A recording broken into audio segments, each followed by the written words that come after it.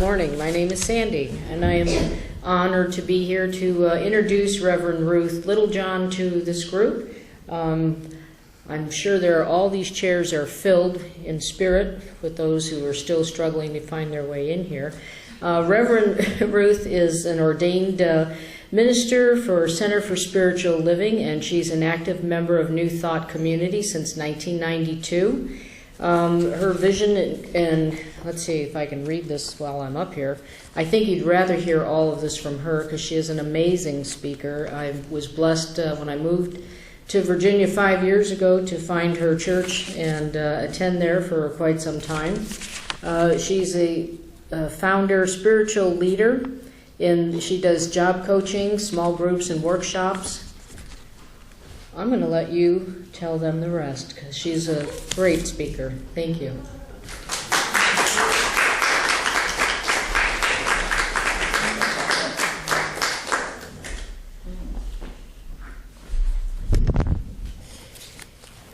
Okay, she didn't tell you that I also bring lots of props.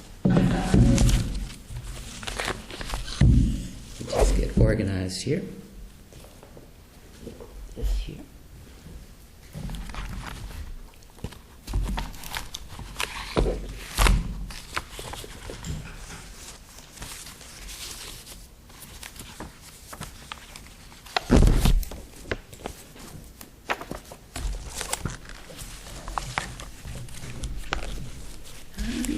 Ernest Holmes' book doesn't want to stay up here. What are we going to do about that? Well, good morning. Thank you for being here this morning. And thank you, Sandy, for putting the idea out and being willing to hold the space. And the young lady who showed up in purple, which is my favorite color, I guess. You know, when you're doing this work, you just sort of are guided. I was guided to be here. She was guided to be here. You were here. So I'm just claiming today already perfect, whole and complete. My intention this morning is really to talk about what does it mean to be spiritually intellectual. What is SQ, which is spiritual intellect? You know, we have IQ, which is intelligence, and we have EQ, which is emotional intelligence. And so most recently, I guess maybe about 20 years ago, this whole idea of spiritual intelligence showed up. And so I'm going to talk about that a bit today because I am what we call a behavior scientist. And so I'm always interested in our behavior. So my intention is really to talk about one of the skills. The work was put together by a young lady by the name of Cindy Wigglesworth. And so if you want to know more about it, there is a handout on the table that has her name and the book. And Cindy worked at Exxon. And like most of us who've worked in organizations, you know how sometimes you go to work and you go, God, I wonder what their spiritual breakup. You know, after they beat on the table and scream a couple of times. Anybody ever worked places like that? And you wonder, my God, I wonder what church they go to. And so what she had, the vision was, what would it be like if in all organizations, churches, that everybody had a spiritual IQ? And so in that, she created an instrument that would allow us to look at what are the 21 skills, behaviors that you and I could exhibit that will allow us to show our spiritual intellect. And so I'm only going to talk about one today, so it won't be here that long. You can breathe. I'm not going to talk about all 21. I see folks' eyes already. We're only going to talk about one. We're only going to talk about one. And that really is going to be the one that I find that has the most impact. So let me start off by a little bit about myself as we talk about this. As we talk about this whole idea, what is spiritual intelligence? Spiritual intelligence is the way you and I behave from a place of compassion, from a place of wisdom, internally and external, regardless of what's going on. That's when we say we are spiritually intellectual, when we are able to do that. Regardless of what's going on, I am able to come from a place of passion and intellect, from internal and external. Now, some people say, well, I do that all the time. But what they figured out is that some people are very cool on the outside, but they haven't a weight inside. You know, everything is crumbling, you know, or they're squeezing. And spiritual intelligence is, can we do both? Can we be at peace externally and internally when things are going on, regardless of the circumstance? So that's what spiritual intelligence is. And so I'm knowing that each of you are already spiritually intelligent because you're here this morning. So we're going to check that off. When I think about my whole life around this whole idea of spiritual intelligence, the thing that stands out most for me are values. And when I look at my life, I was the oldest of 5 children. I was raised by my mother, Hazel Littlejohn Haley Moore, and her first husband, Jim Haley, in Liberty Park. How many of you know Liberty Park, which is in Norfolk? And it was one of the projects that was set up probably from the soldiers who were returning home from the war. I was born in 1944, so stop adding or subtracting, whatever you're doing, okay? So that's what these houses were set up for. And they became what they call the projects. And so our family lived in one of those projects. Of course, if my sister was here, she would tell you that it was a middle-class project. Because my sister has classed everything, you know.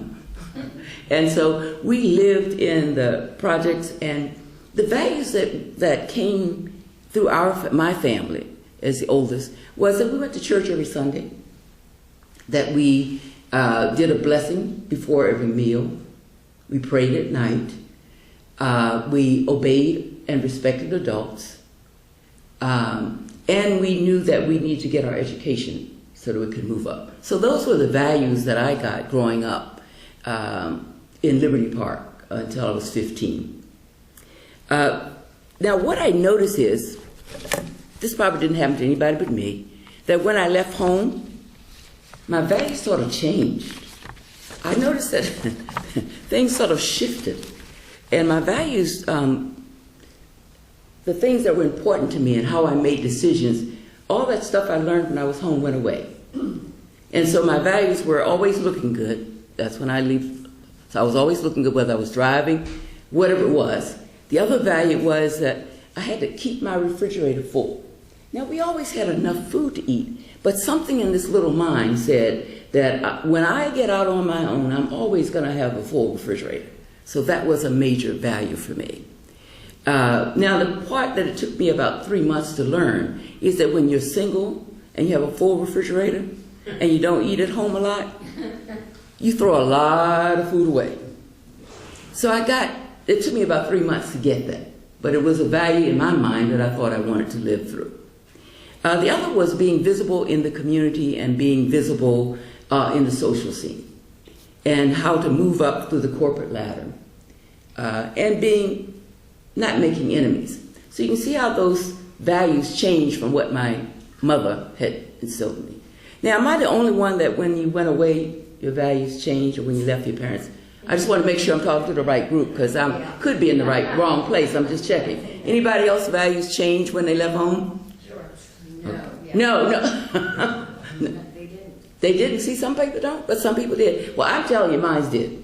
And it took me a while to really look at how those values were showing up in my life. Because what I realized that by having those kinds of values, that I was very stressed, was disconnected. Values are those things that help us make decisions. It lets us know what's important. It helps us set our priorities. Well, having these kind of values, you can see how difficult it was for me to make decisions. I had no priority. And so there was a lot of stress, a lot of conflict, a lot of juggling that was going on in that period of time.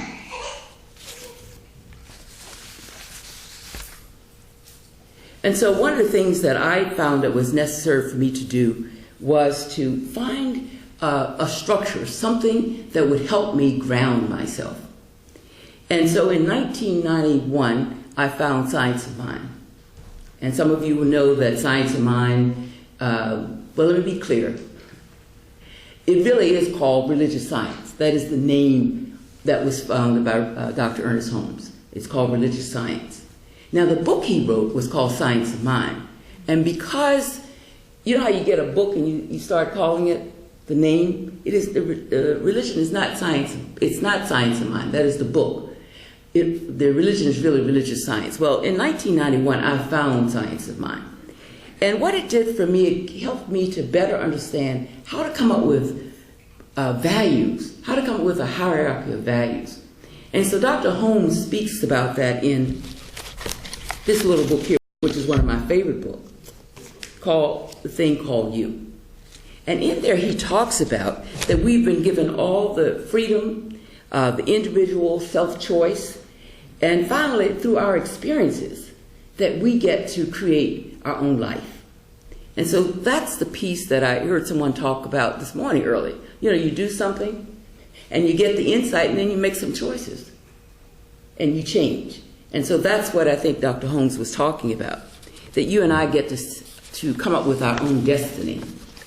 And so that helped me to better understand that my plight was to learn from what I was doing, to come up with the values that made a difference for me. The other person that I have worked with has been Cindy Wigglesworth, who is the person who's written the book called 21 Spiritual Intelligence Skills. And so what she talks about is that there are behaviors that you and I can embody, can learn, can practice, that will have us be spiritual. Now, I'm not saying get rid of those things that we've been doing inside. You know, those spiritual, what we call spiritual practices, like prayer and meditation and visioning and affirmations and breathing and all meditation. Not saying get rid of those. Those are so necessary. But what Cindy is saying, there's another thing that you and I get to do out in the world, which are our behaviors. And so to the degree you and I are willing to develop the muscle, I have to get my little, I like props, folks, what can I tell you?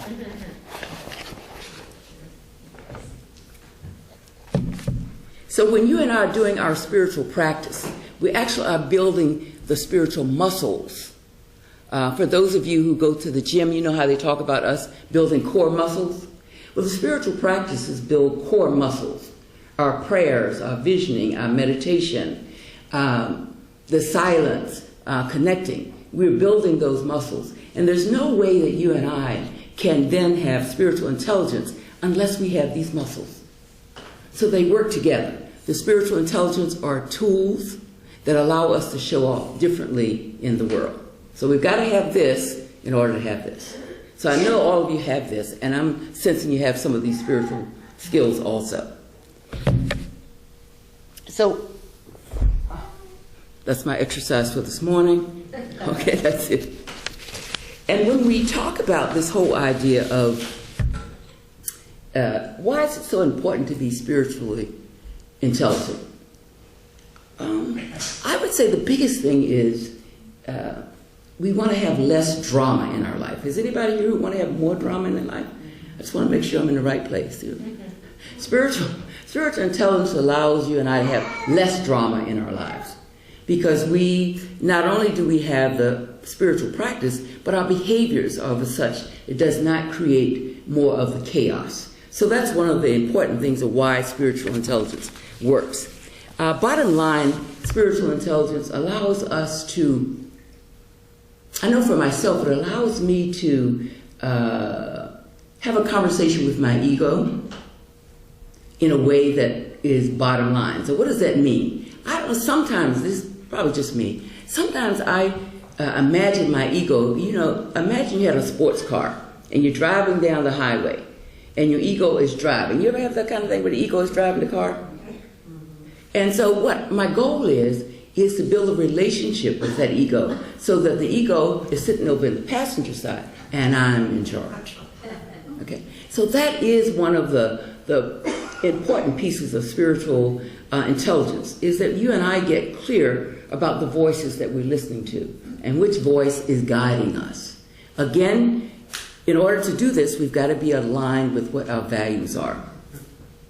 Now, Cindy says to us that we need to have a hierarchy of values. Which ones are number 1, number 2, number 3, number 4, so that we can make informed decisions. Now, I told you what mine were when I left home. The good news is they have shifted, thank goodness. And so when I think about my values now, my number one value is having a connection with a higher spirit, with a higher power. And so for me, that's always knowing that I have a connection. I'm always going to be doing my spiritual practice, because that's number one. I always say my spiritual practice is like the American Express card. I don't leave home without it. Okay? So that's number one. So the second thing that I find that's so important to me is valuing myself. Now that's a tough thing to put yourself second when you grew up in the South, right? For those of you, love you guys, but those who are women in the room, as a Southern woman, we were always taught last. I don't know about you, that's how I was taught. So to now know that putting myself second is so important, that I love myself, that I value myself, that I support myself, is an important value. And so that helps me when I have to make decisions. What's next? The third place for myself is my life work. I feel that, like you, each of us has a gift. You know, Ernest Holmes says we all showed up here with a seed planted in us. And we do the work to water that seed so it opens up and blossoms in a way that you get to share our gifts with the universe. And so what I know is that my gift is creating safe venues for people to transform their lives.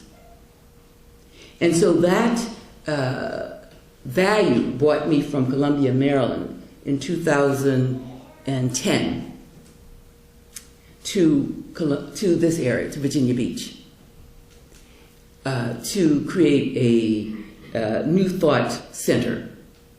So you can imagine, you know, this is what happens when you're getting this information about your values. It's like, okay, I'm hearing you need to go to Virginia Beach and create a center. And so I'm looking around, saying, who could Spirit be talking to?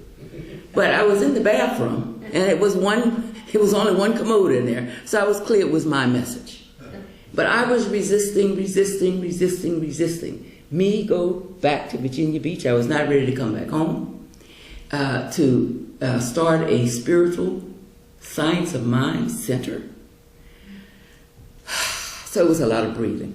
I have when you're doing this work, having a practitioner who's a trained spiritual coach, I had a mentor, a prayer partner, and a lot of other folks who I would call and say, have you ever heard of such a thing? However, that was the life work that I was called to do, and was blessed when I got here to, over the last 7 years, to find people who are willing to align and support the establishment of a Science of Mind community here. And what I know about myself in terms of looking at what my values are is that I am a planter. You know, there's some people who plant flowers, and there's some people who water them and see them grow. My life as a value is a planter. So in 2016, I got clear that my work here had been complete, that I had planted the center, we had a space, a good core group, and so I resigned last year as the minister of that community, and that community then called in a young lady from Agape in California, part of Reverend Michael Beckwith's community. Her name is Reverend Victoria Thomas, and she's now the minister, and they've changed the name to Agape Hampton Roads Spiritual Center. So that was the living of that value, even though it sounded crazy. You know what I mean? Can you imagine? It sounded crazy. However, one of the advantages of having values is that, okay, this is what I'm called to do. Might not be pretty, might not make sense, might be a little crazy and a little risky. But having those values aligned allowed me to make that move. The fourth value for me is family and relationships. And so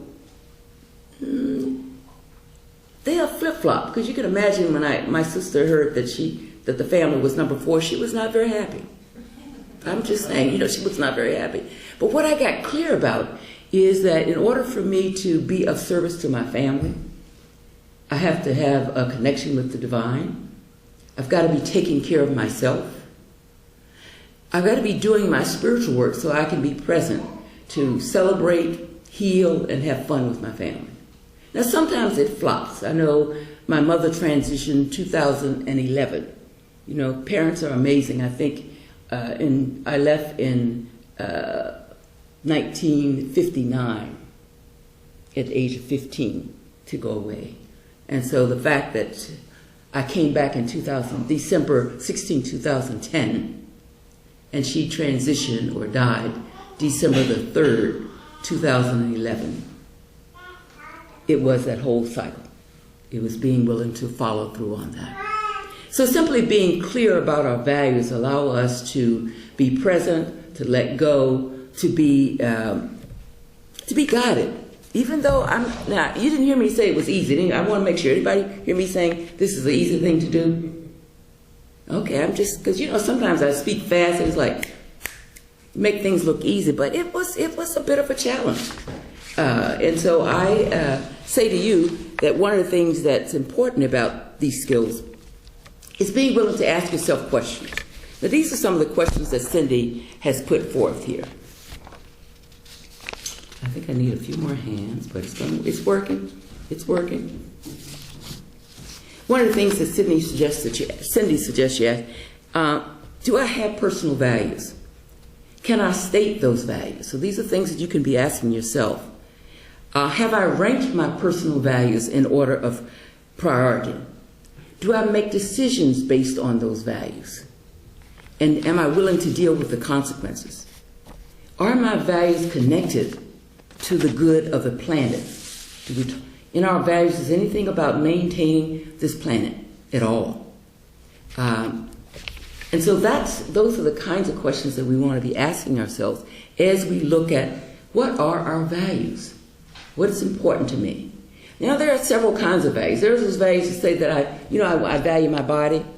You know how you say that? But then on the way down here, I'll go over and get some coffee and some ice cream, and I'll get some popcorn, which doesn't agree with me, and I'll eat some cheese. I'm a dairy and gluten-free. So all of that. So that's called, when you have values like that, that's called aspirational values. I aspire to them, they're not real.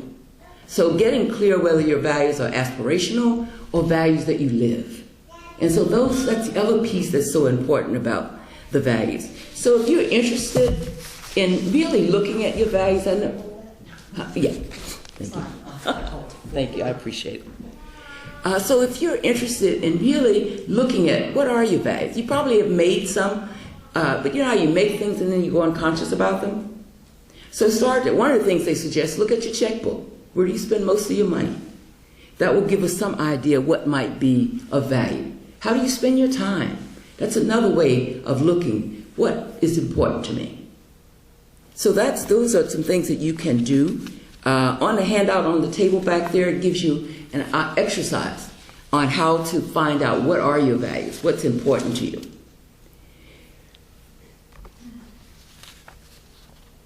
Let's see. Cindy talks about the possibility of how you and I, if we get a value that's not working for us, how to shift. So in the book, she talks about how we can shift our behavior so that we can get values that are aligned with us, that makes us feel good, that are grounded, that has us be present. So why do you need to know this? I think it's important for you and I to get in touch with our values. Because can you imagine what it would be like if members of your family and you all had values in a hierarchy? And we were living those values. Can you imagine what that would be like? Not just in a family, but in our city, in our country, in the world. If people had values that they were living, that would cut down on a lot of the drama. So that's one of the possibilities of why we do this. What would it be like when we think about the next generation if we left a planet where we were all living our values? What would that be like? I mean, what would it feel like to be able to do that right now? So those are the things that I think are important for us to be looking at when we look at our relationship. Now, you have a card, because I always like to give people, you can tell I come from behavioral science because, we want to see things, feel things, write things. So you have a card that on the back it says, it's not hard to make decisions once you know what your values are.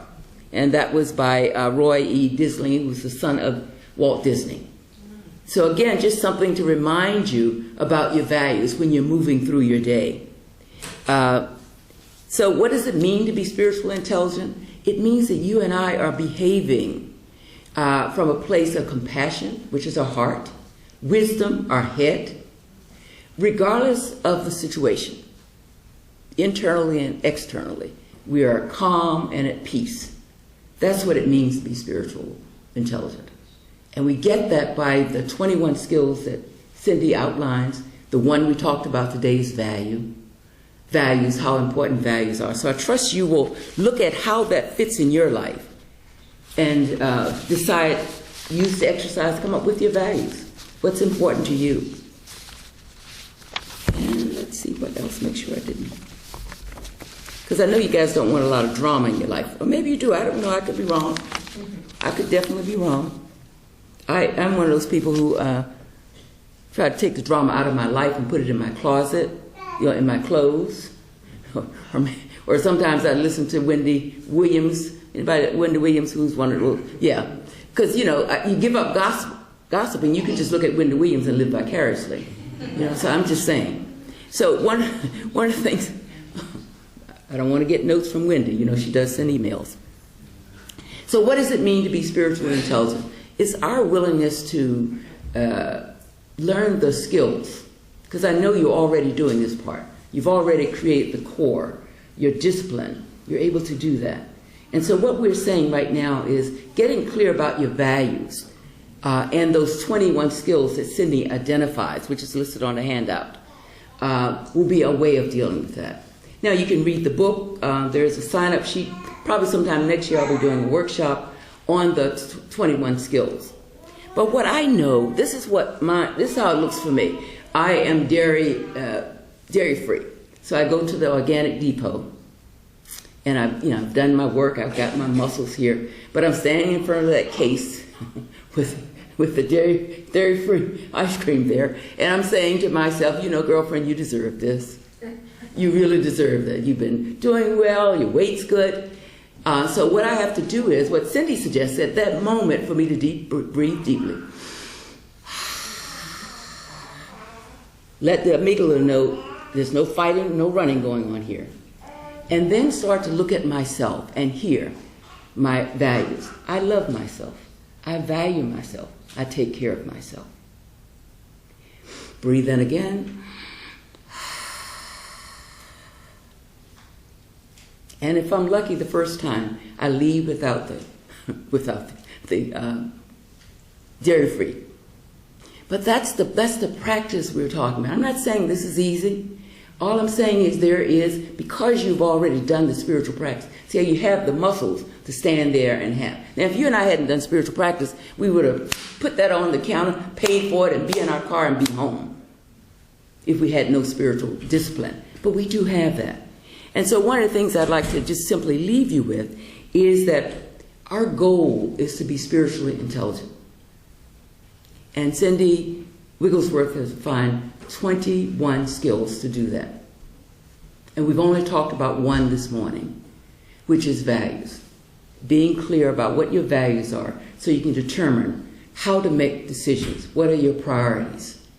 And so as I leave you with that, I trust you will take advantage of looking at your values again, deciding how it can make a difference in your life, your family's life, and knowing that when you and I start with ourselves, the world has already started to change. And particularly as we move into what we call the Thanksgiving holidays, it'll be a great opportunity for us to practice those value changes as it might impact our family. So let us take a moment simply to close our eyes and breathe in. Simply grateful for this time, for these amazing divine spiritual beings right here, right now. Knowing just where we are, Spirit is. Knowing that each of us are open up to the highest and best of who we are. That we are open and willing to embrace the spiritual intelligence that allows us to move through life that makes a difference for us and for the planet. So I'm simply grateful for this opportunity to be present and for each person who sends love this way. And for this and so much more, I say thank you, Mother, Father, God. And together we say, and so it is.